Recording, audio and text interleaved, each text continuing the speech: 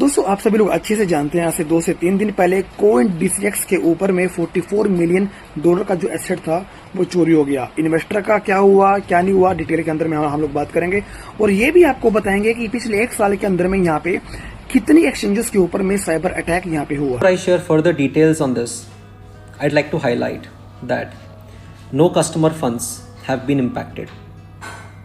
Your assets remain completely safe and protected in our secure cold wallet infrastructure. उन्होंने दोस्तों साफ साफ एक चीज बताया है कि यहाँ पे जितने भी जो वॉलेट्स हैं जो यूजर्स के, उनका फंड्स बिल्कुल सेफ है और लगातार विड्रॉवल्स और ट्रेडिंग यहाँ पे लगातार हो रही है। इसका मतलब यूजर्स का फंड बिल्कुल भी अफेक्ट नहीं हुआ है। उन्होंने साफ साफ ये बताया है कि जो हमारा इंटरनल जो ऑपरेशनल का जो अकाउंट था वो हैक हुआ है।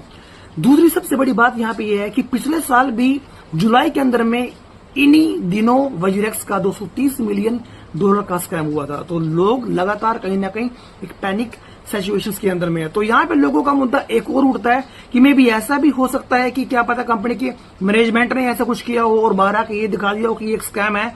इसके बारे में मैं एक चीज आपको बताने यहाँ पे चाहूंगा। यहाँ पे मेरा ऐसा मानना है, ये मेरा अपना ओपिनियन है कि राइट नाउ आपके सामने बात करूं तो कोइन DCX की जो वैल्यूएशन है वो $2.2 बिलियन के आसपास में है। तो इसका मतलब है कि 20,000 करोड़ की कंपनी की वैल्यूएशन है एंड $44 मिलियन का मतलब है 370-380 करोड़ के आसपास में। आंकड़ा छोटा नहीं है, आंकड़ा बहुत बड़ा है। बट कोई एक ऐसा फाउंडर जिसकी कंपनी की वैल्यूएशन 20,000 करोड़ की है एंड राइट नाउ लगभग 400 करोड़ के आसपास का स्कैम, तो कहीं ना कहीं ये बात एक हजम नहीं होती है। हाँ, बड़े लेवल का होता है 4,000 करोड़ का या 10,000 करोड़ का, मे भी वो सोचने का विषय था।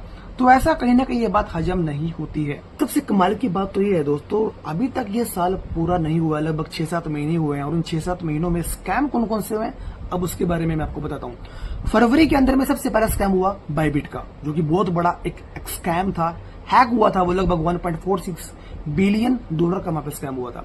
बाइबिट के बाद में स्कैम हुआ किसका? कोइंसबेस का। मई के अंदर में, लगभग मई के महीने के अंदर में कोइंसबेस के ऊपर में स्कैम हुआ कितने का? $400 मिलियन का।